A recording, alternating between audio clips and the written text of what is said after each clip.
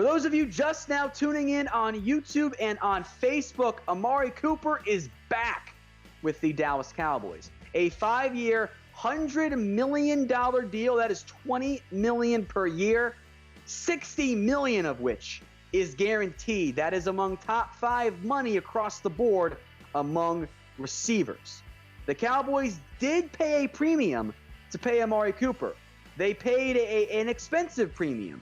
But in the end, this was the right move for Dallas because you could not lose Amari Cooper, and as we'll dive into in a second, also Randall Cobb, who is now gone. But we'll focus in on Cooper right now for the time being. It is expensive. The alternative was losing your biggest free agents. That's not good. Now, I didn't like the process here for the Dallas Cowboys, but the results are solid. And frankly, let's be honest with ourselves here, the Cowboys got lucky. They got lucky that Amari Cooper took less money to stay. The Redskins offered more. They did. And in the end, Cooper went, you know what? Thanks, Washington. Maybe he squeezed an extra $1 million or $2 million out of the Cowboys in the end, but he chose to stick with the team that he liked, the team that he enjoyed playing for, and the quarterback that he really liked. Re-signing Amari Cooper after you lost Byron Jones and you had to tag Dak Prescott because you didn't rush those deals and you didn't operate with urgency was critical. And the Cowboys did just that. It's expensive, I know, but it was a good move by the Dallas Cowboys, a 5-year, $100 million deal, 60 of which is guaranteed. At this time, we do not know the exact situation in terms of the way it's structured. It will not be $20 million cap hit in year one. I can promise you that. It will be less. What that amount looks like, we'll have to wait and see. But Cooper is back with the Dallas Cowboys. He's not going anywhere. The Cowboys have managed to keep him. So grade this signing then. A, B, C, D, or F. Let me know what you guys think in the comments section. If you don't want to get an A, I get that. I understand where you're coming from. But it's tough for me to give this lower than a B. It really is. Because you had to make this happen. They were very bad. The other options out there were not going to be Amari Cooper. They weren't going to be. And you already missed out on opportunities potentially, as unlikely as they were, for DeAndre Hopkins and for Stephon Diggs. Could you have signed him for maybe $19 million a week ago? It's very possible. It is. But I'd rather have a player for an extra $1 million than not have them all together. So that's why in the end I focus on the B side of it for Amari Cooper. I hate the process, but it worked out in the end. Now, Randall Cobb is a member of the Houston Texans. He has agreed to a 3-year, $27 million deal with the Houston Texans. Not officially signed yet. That cannot happen. But he is a member of the Houston Texans, so we will change that logo and team name in just a second for you guys. 3 years, $27 million for Randall Cobb per James Jones. I think he's with NFL Network these days. His old teammate, by the way. So I think he's pretty trustworthy on this one. $18.75 million is guaranteed with this deal. That's 3 years, $27 million, 18.75. That's a hefty price tag for Randall Cobb. So with slot receiver, once again, a need for Dallas. What should they do? Sign or draft one? Type S for sign, D for draft. I have a pretty clear take on this one. Guys, it is a great receiver draft class. I say D. Now, if you want to sign someone super cheap to help compete, sure. But you can get a really good receiver, maybe not even in round 1, round 2, round 3, round 4 if you have to. There are good slot receivers in this year's draft class. And, oh, by the way, Amari Cooper, Michael Gallup, both of them can help you at slot receiver, so you have some flexibility there. So I say D for draft. You got a bunch of different options. I think that is the correct route to go for the Dallas Cowboys. Now, you can maybe sign somebody else if you want. There are options out there, but I think draft is the better choice of the two for the Dallas Cowboys with Amari Cooper now back, but Randall Cobb gone. The Cowboys also lost Byron Jones. Now, this is a 5-year, $82.5 million deal, $57 million of which is guaranteed. This makes Byron the highest paid corner in the NFL. We told you this a while ago. The Cowboys were not going to offer Byron Jones a market contract. They just didn't value him in that way. Now, had you tried to work hard on a deal for Byron, you probably could have got him for less. You could have offered him $16 million. I think he would have stayed. You could have offered him maybe $15.5. I think he would have stayed. But Byron's gone. Randall Cobb is gone. Amari Cooper is back. So what is the Cowboys' biggest need? I think corner. Now, maybe it'll be defensive end, depending on what happens to, Quinn in free agency. But I think defensive corner is that biggest need. I don't want to enter next year starting Chidobe Awuzie and Jordan Lewis. That's not enough for me in a league that tends to throw out 3 corners 60, 70% of the time. I see some safeties in there. Corner. I think corner is the biggest. There are other options I think you can mention that are fair, but I'm focused on corner, especially as it relates to round 1. That's the route I think the Cowboys should pursue in terms of their biggest needs. So corners the route that I go. We do have several super chats here that we'll get to as well. Thank you all so much for submitting those. Andrew Vanderpool, is this signing okay with us losing Cobb? I mean, what's the alternative? You lose both of them? I know you lost Cobb, but Amari Cooper was a bigger priority for the Dallas Cowboys. This is the correct move here by the Cowboys to bring in Randall Cobb, or to keep Amari Cooper at the cost of losing Randall Cobb, which it might have happened anyway. So, yes, this signing is okay for the Dallas Cowboys. All right, some more comments here. Ninjavel, if Kinlaw and Henderson are both there at 17, who do I draft? As of right this second, I'd probably go Kinlaw because D-line is a need as well. I think Kinlaw's a better player than Henderson. I'll let you guys in on a secret. I'm not convinced that Kinlaw's going to be there at 17. I'm not convinced he's going to get outside the top. Look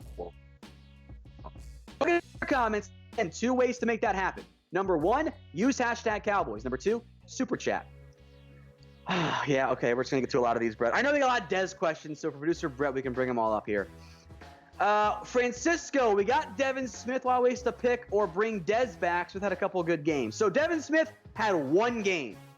Guys, we have to be realistic here. Devin Smith has been in the NFL for several years. He hasn't done anything. He's not a slot receiver. He's fast. If you're banking on Devin Smith to be your guy at slot, you're going to be disappointed. The reality is just not that good. I'm sorry. Now, as I've said before, there's no harm in bringing Dez in on a 1-year deal with no guaranteed money.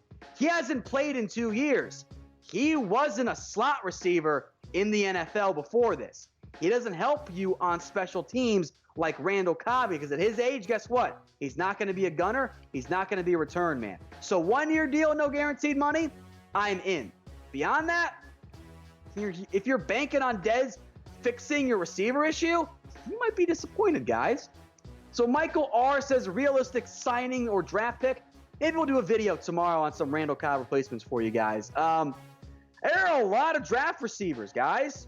Go with the KJ Hamler, Jalen Reagor in round 2, potentially. Those could be fits. Devin Duvernay, KJ Hill, Van Jefferson, if you want to wait to potentially on day 3.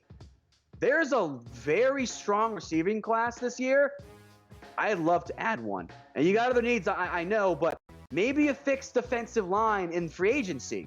And then you can focus on secondary, maybe some more edge help, and receiver in the draft and take care of that position. So beyond those other options there in terms of receivers, it's not great.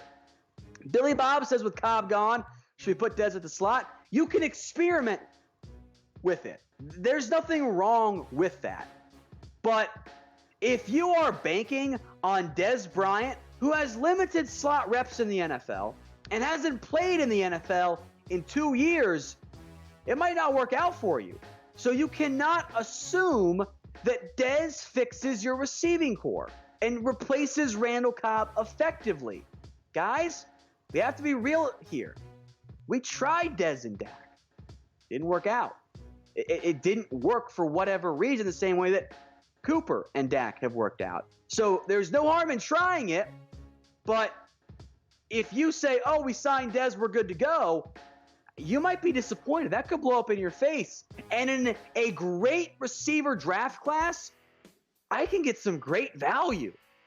Every single time, if I have to pick one, guys, I am spending a top 100 pick on a receiver over Dez Bryant. Every single time. Because I'm going to get, I think, a guy who's going to be really good and that has upside and can help me in a variety of ways beyond what Dez Bryant does. Now, I know many of you want him back. I get it.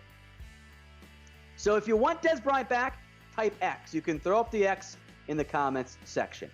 There are a variety of ways you can go. There's nothing wrong with signing Dez to a 1-year deal, no guaranteed money. If you assume that Dez alone fixes your slot receiver hole, I think you could end up being disappointed. And why do that? In a great receiver class, you can find one. Now, I'm not convinced you should take one at 17, but you can spend a pick on one. Heck, you can let them compete with guys like a Cedric Wilson, a Noah Brown, if you don't want to spend that premium of a draft pick. And you can have a giant 4-man competition of like Noah Brown, and if you want to bring back Tavon Austin too, and Cedric Wilson and someone else, Dez Bryant, and a draft pick. Like, that's fine. You can go that route. But you are not signing Dez and handing him a role. Not at this point in his career. I have said before, Cowboys made a mistake by letting him go. It's 2020, guys. It's not 2016 anymore. That Dez Bryant, that top 5 receiver in the NFL, he's not walking in that door. I'm sorry.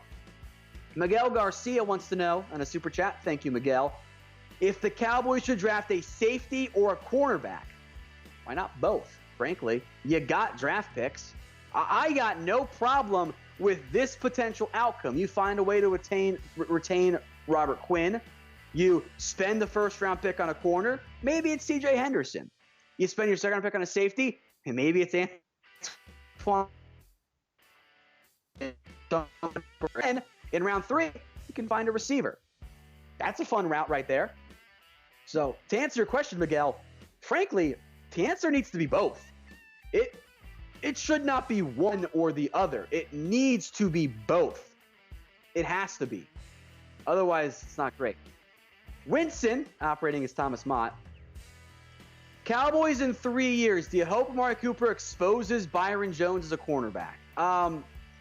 I don't cheer against players. If you're asking me if I hope the Cowboys player has a great game against an opponent, well, the answer is yes. Of course I am. What else am I going to do?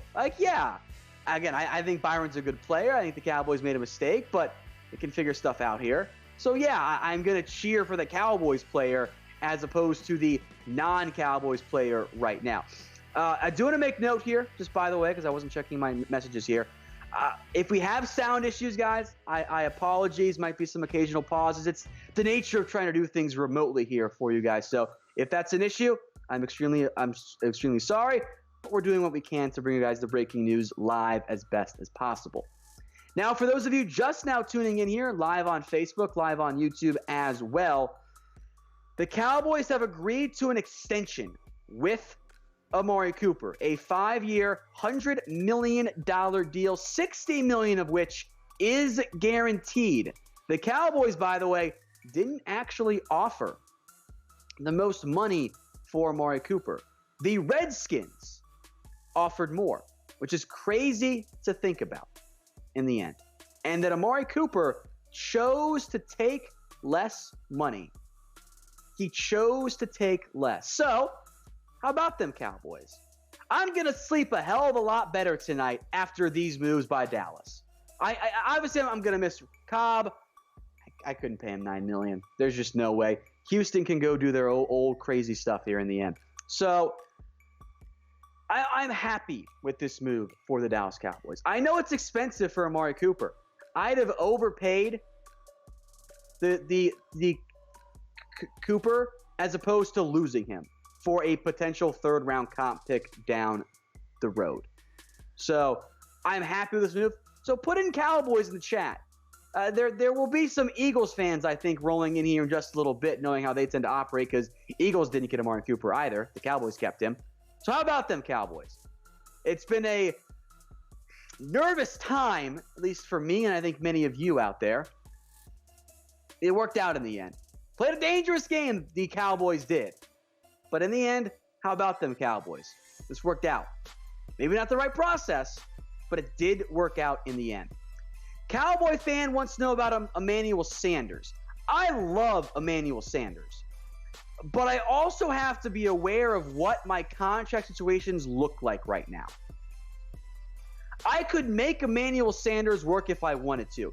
And if Emmanuel Sanders wants to play for $6-7 million, I'm in. I think he might get more elsewhere. And at that point, I'll spend that money on Quinn. I'll spend that money elsewhere, and I'll find a cheaper option. Not quite as good, but still a good, cheaper option, maybe in the draft. So I would have interest, yes. I just don't think it's going to be the most likely outcome, but I would love to find Sanders, Gallup, and Cooper out there. That's fun. All right, Matthew Lopez, Cowboys corner and draft Devin Duvernay. If you checked out our latest NFL mock draft for the Cowboys 7-rounder, I had Devin Duvernay in round 5. I'd take him in round 4, or KJ Hill, or Van Jefferson there. I'm not going to spend a top 75 pick on Devin Duvernay. I think you can wait in a great receiver class. But you get a corner early, add Devin Duvernay later, find some safety, some other help. Yeah, I think that makes sense. Hunter's super chatting the Cowboys should get Chris Harris Jr. for cornerback. I think it'll come down to the price tag here. Harris has I think there's mutual interest right now between those two sides. But we saw James Bradbury get 15. We saw Byron Jones get almost 17 per year. I think Chris Harris can get 13th per year. The Cowboys weren't going to pay Byron that. Would they pay Chris Harris that amount? If he comes in less, awesome. We're cooking with gas right there. I would like to get Chris Harris. Frankly, he's the best free agency replacement for Byron Jones. Biggest need in the draft: cornerback, strong safety, or defensive tackle. I think corner will end up being your biggest need because I don't know what else you're going to pull right there. Safety is also a big-time need. If you don't address DT at all, it might be defensive tackle. Because right now, under contract, you'll be able to keep Antoine Woods, I think. Tristan Hill? Tyron Crawford? It's not great, guys. That's not a great grouping there at DT. So all of those are needs for the Dallas Cowboys. Now, in terms of round 1, secondary is a big-time focus. So which should Dallas do? Should they draft a safety or cornerback in round 1? Cast your votes here. I tend to prefer corner. I think you can get a good safety in round 2. I really think that you can. So I'm typing in my CB in the comment section for corner. I think there's a good chance I can get Christian Fulton, or I can get C.J. Anderson. Heck, I could maybe trade down and get someone like Jeff Gladney too, and I can get a really good safety, a Kyle Duggar, a Winfield, an Ashton Davis, or something in round 2. That's a good path that I like. Now you can flip it and go Grant Delpit, Xavier McKinney, and A.J. Terrell. That's not bad either. That's a fine draft class haul. I just tend to prefer the way I think the board will fall: cornerback in round 1, safety in round 2, figure out the rest after that. There are alternative routes you can go. There really are. But we'll see. Tyler Hill, why are you first off, says CeeDee Lamb, if he's there in round 1, let's do it. Let's get wild. Why are you discounting the secondary we have? They have balled out when given the opportunity. Cheeto, Lewis, Brown, Wilson, Woods, all great. Just need an opportunity and be a coach. All four of those guys, save for Donovan Wilson, have had opportunity, guys. Are we pretending that Cheeto was great last year? Jordan Lewis played well as a nickel. I like him in that role. Xavier Woods was a fine quality starter. Anthony Brown's a free. He might not be back. And Donovan Wilson didn't play in the regular season, hardly at all. The one time he did, he missed a tackle that resulted in a touchdown. You're banking on that being your top 5 in the secondary? I don't think you're not going to have a good one. So a new scheme could help you, yes, but I mean, you got to figure out other spots there. That's not enough at that position. Zay says Cowboys need a DT. This linebacker gets smashed and help up front. Yeah, find some big boys. Linval Joseph, Damon Harrison. Can I get one of those guys? Can I have one of them on a cheaper deal? He's good. Those guys are good players. There are a lot of good free agent defensive tackles. You can find some quality ones if you're the Dallas Cowboys. That's the route I go, and then I can free up secondary and other spots in the draft. I think that's a good path for Dallas to end up going if that's the route they choose to go. Joshua Brown, does any of our losses change our priority in the draft, or do you still take the best available player? Obviously, BPA is a fun route to go, but it always has to be the best available player at a position of need. You can't take, I'm going to think of a good example here. You can't take a running back in round 1. You can't. Corner was always going to be a need. That was going to be a factor for the Dallas Cowboys. Receiver, if you lost one of Cooper or Cobb, was going to be a big-time need for the Dallas Cowboys. So it does impact it, but it's not like you weren't already aware of what your needs were going to be. So I think that's the key thing for the Dallas Cowboys. I really think it is that finding BPA, yes, but it has to fill a position of need. You can't spend another pick on a guard. That's just a horrible idea if you're the Dallas Cowboys. So again, to recap the news here, late this evening, past midnight Eastern time now, Amari Cooper back to Dallas on a 5-year, $100 million deal, $60 million of which is guaranteed. The Cowboys, by the way, did not offer the most money for Amari Cooper. No. The Redskins did, and Cooper took less. Maybe it's a few extra million out of the Cowboys, but took less to stay. The Cowboys put a dangerous game. In the end, they ended up winning. That was a big-time win there for the Cowboys. So what's your one-word reaction to the Cowboys re-signing Amari Cooper? Let me know in the comments section. Relief is what I feel. I'm going to sleep a lot better tonight and be up early for you guys again tomorrow morning for more NFL free agency coverage. I'm going to sleep a lot better knowing that Cooper's back and that receiver isn't a crying down. You can still get a slot receiver to replace Randall Cobb. More on that coming up. But it's not your number one need anymore. You kept him. I see finally in there a lot. That's a good one too. Ahmad with the super chat. Yes, Ahmad. Thank you very much. Make sure you have notifications turned on because we broke this down like 20 minutes ago or something. But if you missed it, because I know people are just now coming in, it's fair. Randall Cobb is gone. He is going to the Houston Texans on a 3-year, $27 million deal. That's $9 million per year. Look, the Texans traded away DeAndre Hopkins, added Cobb to replace him. I wasn't going to pay Cobb $9 million per year. I just wasn't going to. My cap was going to be around 7 for him. I can look in the draft. I can look at some trade markets here, and you can find some routes there. Now, Christopher Mendez will do some comments here as well. Says draft Kenny Robinson for safety. For those of you who don't know who Kenny Robinson is, this is the West Virginia kid that had to leave the program and played in the XFL this year before that all got shut down. I'll be honest, I haven't, gone in too far with Kenny Robinson. I kind of prioritize other players first. He's not going to be an early round pick though. I don't believe. So if you draft Robinson, I think this is more of that Donovan Wilson day 3 pick guy. You can do it, but I don't think just Robinson fixes your safety hole. I would prefer an earlier and a better prospect than just Ken Robinson, unless, he blows me away, which I don't think he's going to do when it comes to my tape evaluation of him. Some more super chats, a great way to get on the show, folks. Would you trade for Andy Isabella? What's the cost? Because I have interest, yeah, I do. He brings speed and plays some slot on outside. I'd have interest. Now, I think the Cardinals might choose to keep him because Fitz another year.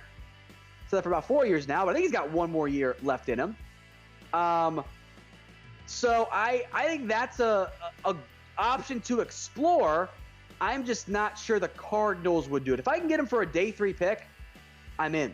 I think that'd be a fun route the Cowboys could pursue. I really think that it could end up going there. So, Kevin Reyes, how would you prioritize the draft now that we have our main players locked in? Well, let's check in what happens with Robert Quinn in the next couple of days, because that's still left out there in the wind. So we got to figure out defensive tackle in free agency potentially. That's where I would choose to go. I'm looking at corner. I'm looking at safety, receiver to replace Cobb, maybe defensive line if that's still up in the air, and then depth. And I'm going to mention this too because I haven't mentioned it before, at least right on this video. Special teams. I'm going to use my day 3 pick on special teams impact options.